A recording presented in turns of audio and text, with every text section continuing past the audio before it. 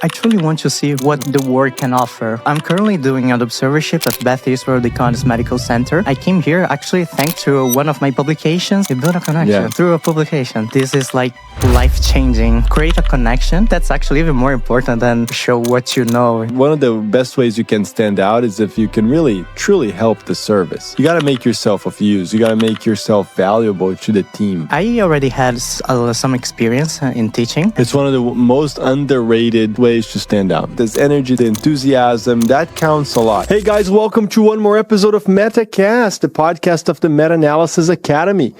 I am honored today to welcome a superstar to share his story with you. Giang Arrighini is a medical student currently in Bologna. He has a multicultural background. He's going to explain to us all about it. And he's building a successful application for residency in the US as an IMG from Italy. He's going to tell us all about it, his research experience, his educational experiences, and his rotations. He's currently in Boston for a rotation at Beth Israel Harvard Medical School. So I'm super excited to welcome Giang here to the stage. Thank you so much for joining, Giang. Thank you very much, Dr. Randerson. It is a true pleasure to be here, and it's an honor to be part of this episode of MetaCast. It's my pleasure. It's my pleasure. I love it when I bring students, and in Giang's case, he's a tutor in the Meta-Analysis Academy too. So these are people that I've known for a long time, or for some time, and then we usually meet in person for the first time right before this episode. So it's very exciting for me and for Giang because we've known each other for a while and we just met. So before I turn it over to him for an introduction, I want to remind everyone that in this podcast, in MetaCast, we talk about building successful careers. And that goes for medical students, residents, fellows.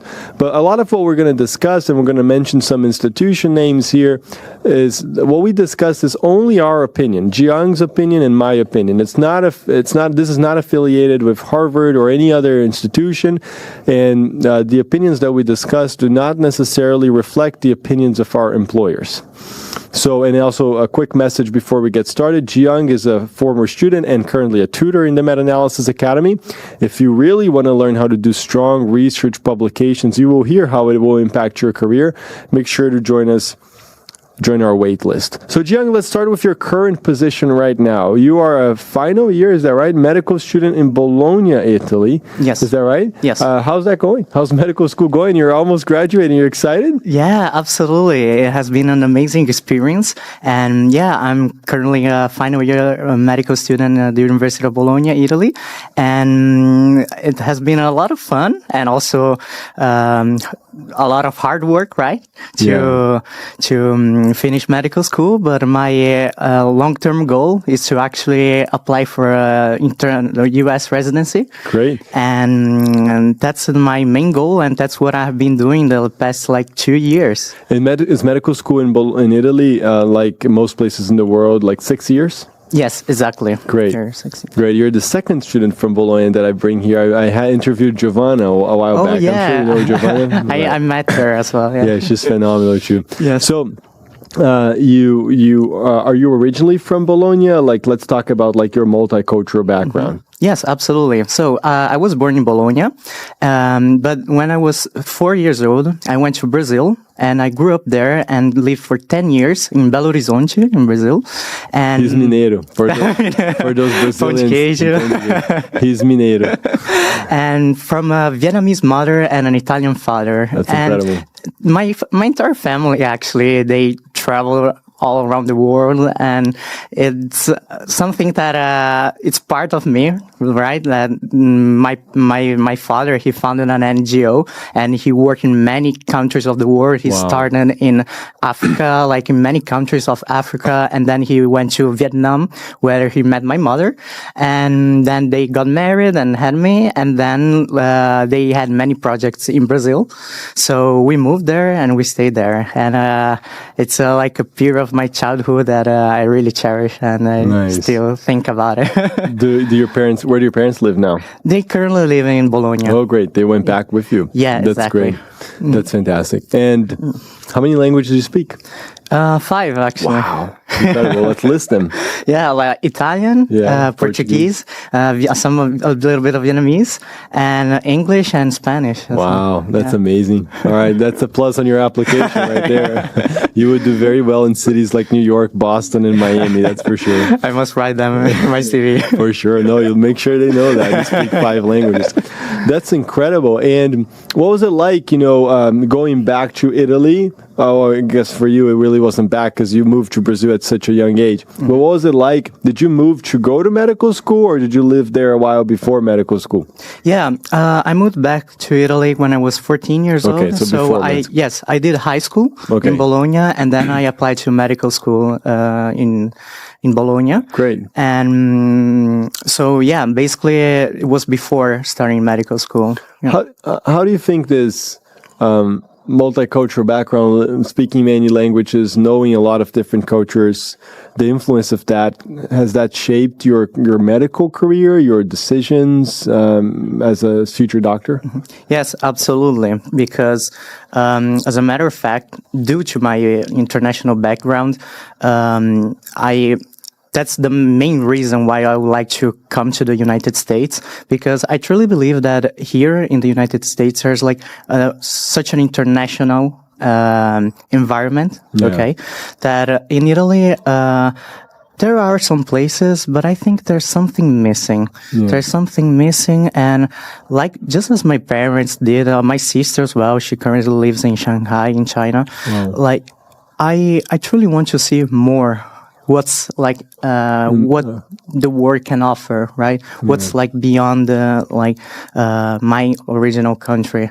And because due to all of these cultural changes, I'm really eager to learn more and to be in an international place such as this one, such as Boston, such as Harvard Medical School, and that definitely shaped my current goals. And I think that not many people want to do that, but I feel there's something that I feel like I want to do this. Perfect. No, that's a great answer, and I'm sure it's going to come up in future times in your career. Like when you apply, this is a question that you're going to have to answer multiple times. It's very unique, right? It's very unique to you and to your life.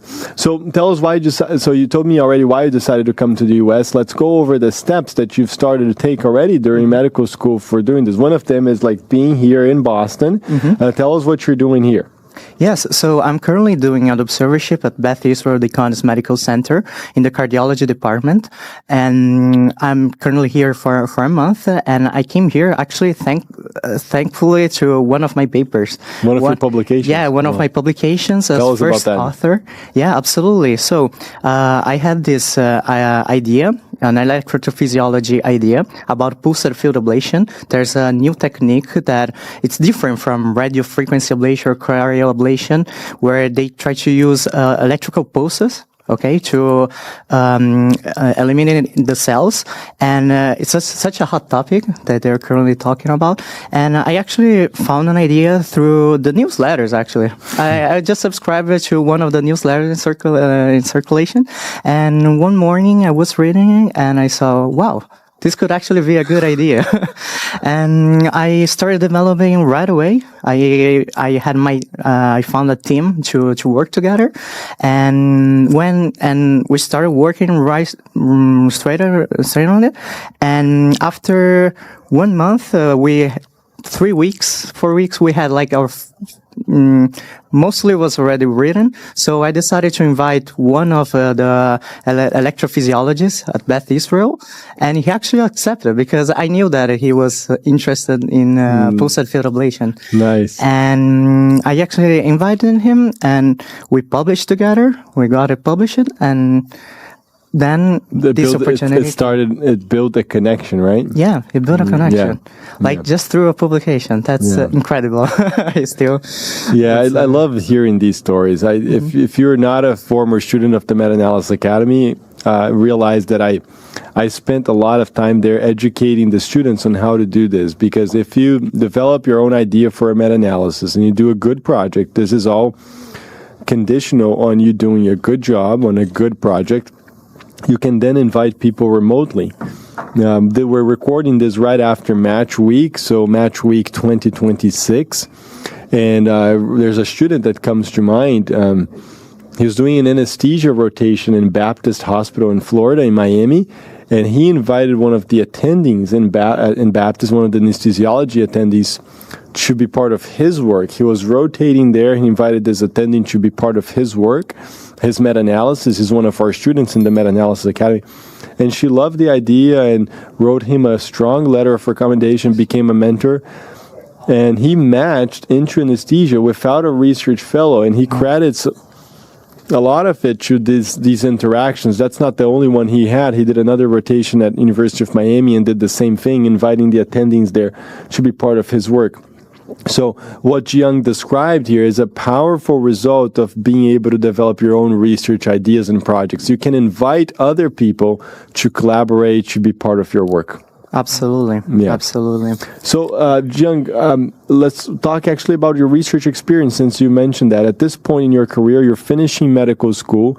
Give us just a general sense of how your research results, not just research experience. How many papers do you have published, or how many are submitted and under review? Just a general sense. And abstracts too? Yes, of course. So currently I have 8 publications and 4 as first author. That's amazing. And I started like 1.5 years ago. Okay, so yeah, and I didn't have any prior research experience before the Meta-Analysis Academy, and I also like take this opportunity to really thank you and thank you all the team, because this is like life-changing, like not only career-changing, like life-changing. And so, yeah, I have like 8 publications. I presented a ESC 2025, the European Society of Cardiology. That was an incredible experience. I had an oral representation where one of the presenters was one of the authors of the trial, of the randomized control trial. He was like in the audience then? He was in the audience. Yes, absolutely. Yes. Actually, I met him and we exchanged contacts. Again, connections, right? Connections. and it was an incredible experience, not only for the CV, right, but to meet other people and to connect with others, but also from people from the Meta Academy, and has been like truly an enriching experience to see that there are many people with a similar mindset, with big goals, and that was really great. I also had some abstracts accepted at the American Heart Association of 2025, and overall it is and I have other papers in peer review currently, so I hope that they will get it published, that will get them published. And yeah, overall, like I really had like 0 abstracts and 0 publications before all this. And now I'm here at one of the hospitals of Harvard Medical School. Pretty incredible. Yeah, huh? Thanks to one of my publications. And I am pretty sure that this will open so many doors.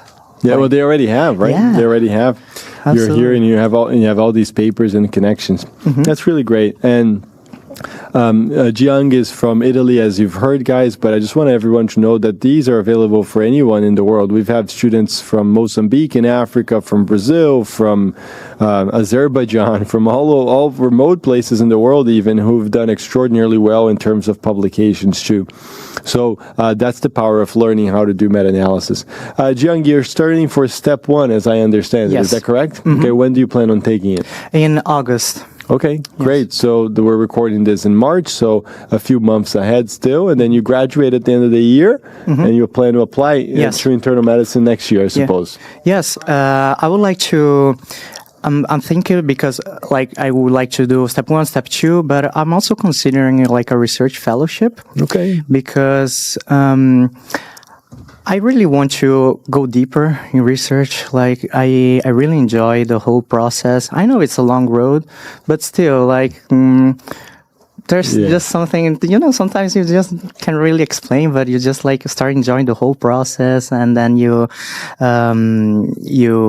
want to do more about this. And so this is like one of my plans, but let's see. Currently, obviously my main goal right now is step one, like check the step one, but I would like to match into a good internal medicine program. Yeah. So and after that, cardiology fellowship and maybe even an EP fellowship. For sure. That would be great. And yeah. No, you're on the right track. Tell us a little bit about doing like well on rotations. I think that's always a topic that comes up. You're halfway done through this rotation.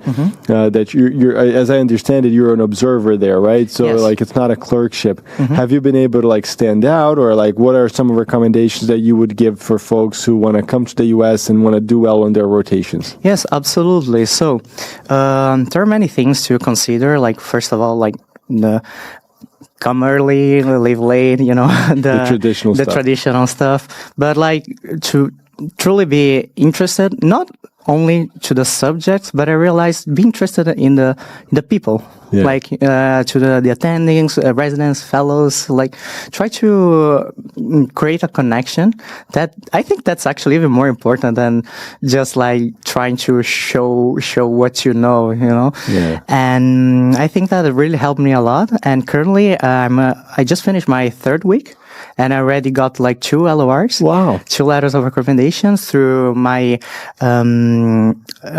staying in the general cardiology department and in the wards. And actually, in this case, I had the opportunity to have some patience and to try to create a plan, SOAP method, present the case, and that really helped a lot. And I think that's important as well, to present the case properly, right, with the SOAP method. But overall, try to be, I know it's kind of cliche, but to be the best person and interesting person. Not only interesting, but to be interested in the others. Yeah. Well, I like what you said about being interested in people, getting to know the residents, the fellows, being of help to them. Like one of the best ways you can stand out is if you can really truly help the service. Yes. The contributions may be in different ways. Maybe seeing some patients, depending on what your position is in the rotation, presenting it well, helping with tasks. There are many things that one could contribute. You got to make yourself of use. You got to make yourself valuable to the team. I think that's key. Absolutely. Very good. Giang, I also want to talk about your education experience. Like you were telling me just before we started recording that you're enjoying being a tutor in the Meta-Analysis Academy. Do you have like an inclination? Like, do you like being an educator? Is this something you've done before, or is this just a new experience for you? Okay, yeah. So actually, I'm enjoying a lot being a tutor at Meta-Analysis Academy. I already had some experience in teaching with some courses, programs to help medical students, like to study and do well in the medical exams. But I don't know how to like explain, but I really enjoy the team behind the Meta-Analysis Academy. There's like really, we're really trying to help each other out, and that has been really great. And like when someone needs help, like we're there for them, and vice versa, right? And overall, it has been a really great experience because I'm also learning and how to, there are some questions that you think, oh, okay, actually I never thought about it. And then you kind of try to learn more as well with the students, even though, of course, like we have more experience, right? And we know like 99% of the questions, but there are some times that you never think about it and you say, wow, that's actually a great question. And that's a good way to learn. And I'm pretty sure also, the experience itself is nice, but I also believe that will be helpful for my CV as well, right? Because I believe that having teaching experience gives a boost in your CV. For sure. It's one of the most underrated ways to boost your application in CV, and that's just not for residency. It's for fellowship, jobs, everything you do. Being known as an educator and having the experiences to prove it is one of the best ways to stand out. Yes. So yeah, that's for sure. Be an educator, teach others. Yes. And overall, I think it's a great experience. Just like the last tutoring session, one of the students just thanked me because it was the second time that she came in the tutoring session, and I remember everything she asked the previous tutoring session, and she was really happy that I actually followed her and I could help her with her idea, and it was like, a great experience. They're grateful, and we're like grateful as well. So I was going to be a tutor. Yeah, yeah, it's a great experience. I love teaching it. I spend hours with the students in the Meta-Analysis Academy too in tutoring sessions, and it's a great experience. Yes. How do you like Boston so far, the days that you've been here? Oh, how does it compare to Bologna? It has been amazing, actually. Boston is such a beautiful city, and I really enjoy like downtown and. You came in a good time, the spring. Yeah, exactly. Actually, I came like 3 days after the blizzard, the snowstorm, and I was actually afraid that I couldn't come here, but thank goodness. I arrived and it was everything. The weather was good, but overall, amazing city. Truly an amazing city, and also like I'm staying a lot in Longwood Medical area because I'm doing my observership there. And the first time that I walked there, I was a little bit emotional as well, to be honest, because walking through all these really famous hospitals and seeing Harvard Medical School is such a dream. It's such a dream, and I'm truly grateful to you, Dr. Anderson, to Meta-Analysis Academy, and to my mentors that thanks to all of them, I'm here, basically. No, thank you. Thank you for all you do. And now, you go to you mentioned Harvard Medical School, but you go to a really traditional school, too. As I understand it, Bologna is a really historic medical school. Is that right? It's actually considered the oldest university in the Western world. Wow, that's amazing. Yeah. How does medical school in Italy compare to like what you've seen here, for example? I know you've only been here for a little while, but like in your rotation, and how is it different there? I guess that's the question. Yes, absolutely. That's a great question. And the thing that I noticed the most, the biggest characteristic here in medical school is that medical students do a lot of practice, and in Italy we don't. It's like theoretical, mostly? It's exclusively almost theoretical. Wow. And I was actually surprised that medical students here actually have patients that they follow, right? Yeah. They visit them, they do a physical examination on their own, they talk to the patients, and then they present the case and create a plan. Yeah. All of that was extremely new to me. My first time that I really talked on my own to a patient was here. Yeah, that was kind of shocking because I didn't know that it was so theoretical in Italy. We just watch and observe during our rotations. Wow. We don't create any plan. We don't visit or we don't examine the patients. And that's something that I was thinking a lot about it, because we're good in the theory, right? But there's some practice missing. For sure. Yeah, where do Italian medical students do they tend to leave the country or mostly stay local for residency? So most of them, they remain in Italy because of culture, family, friends. Most of them most of us actually we grew up in the same city. Just my case is a little bit different, right? Because I went to Brazil, but overall, all my friends, they were born and grew up in Bologna, and so most of them, they stay in Italy. But they're in the last 10 years, there's an increase of Exodus. Doctors that are leaving the country and going to other European countries or even the US or in general abroad, because the salary is it's not that high. The quality of teaching is not the greatest in some cities.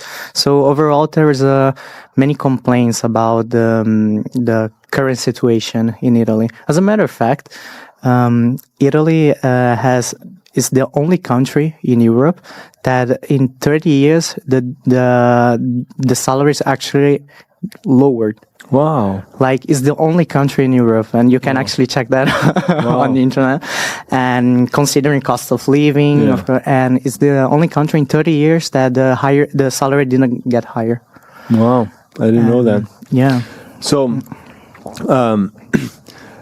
I usually like to end this podcast by asking, our students or our guests, just also, what are some of your hobbies when you're not doing research and doing, USMLE questions or the rotations internationally? Like, what is it that you like to do for fun? Yeah.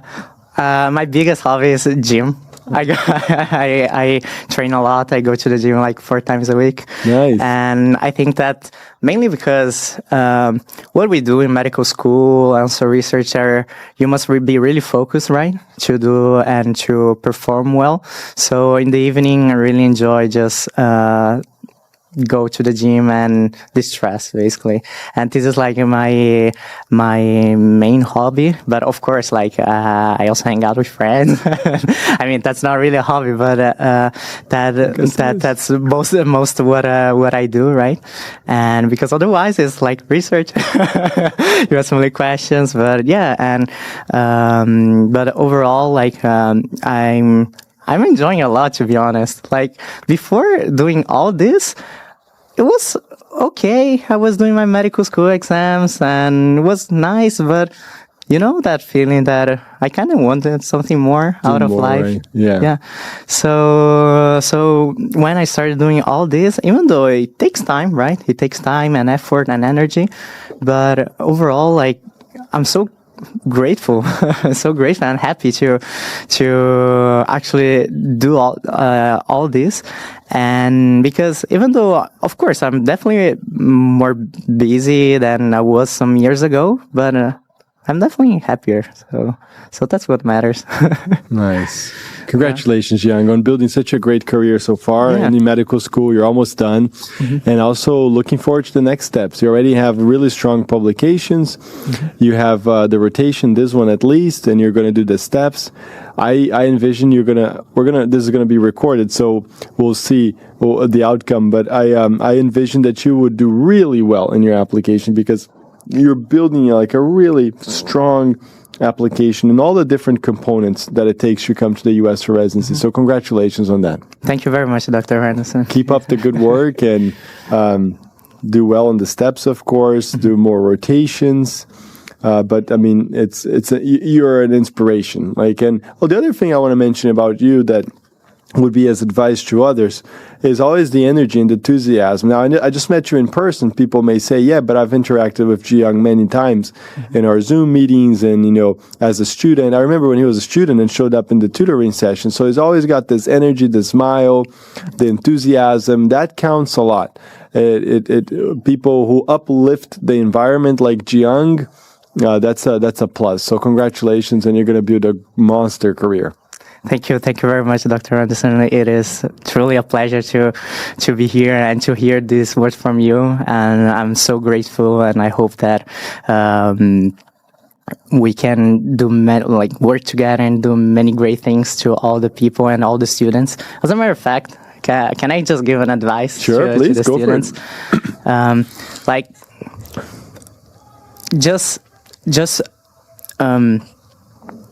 What I want to say is that be delusional. That's really my biggest advice, because a few years ago I wouldn't have never thought that I would be here, that I would be doing an observation at Boston, that I would be talking to you, that have the thing is, be delusional dream big, have big goals, because if you don't believe in yourself, probably no one else will. So, like, don't limit yourself, because I was the first one to actually kind of limit myself to, oh, that's impossible. Oh, I can't do that. But since I started really being a little bit delusional in a positive way, of course, everything changed. Yeah. So yeah. I like that advice. Aim high. Aim high. Sometimes even higher than what you think you can achieve is what Giang is saying. You know, by delusional is like you can achieve a lot higher things than you guys think you can achieve. I think, yeah, that's another way of putting it. I fully agree with that. I never just might take my own career, you know, and I was at Giang's stage, a 6-year medical student in Brazil. I never thought I would be an attending at Harvard Medical School 15 years later, you know. So that's it, you know. God has helped me so much, and I worked really hard, and the doors start opening in your career, like they have for Giang. So that's great advice. On that note, I want to thank you again for coming and for sharing your story here in MetaCast. I want to invite everyone to check out the other episodes too. Subscribe to the channel, join the waitlist for the Meta-Analysis Academy, follow us on other social media. We're in other platforms as well, and I look forward to having you guys in the next edition of the Meta-Analysis Academy. The next edition is going to be the 10th edition, 5 years of the Meta-Analysis Academy. We do 2 classes per year. So it's going to be a special, we're going to celebrate by doing a very special edition. So make sure to join us for that. Thank you again, Giang. Thank you very much. Honored to have you here. See you guys in the next episode. Bye-bye.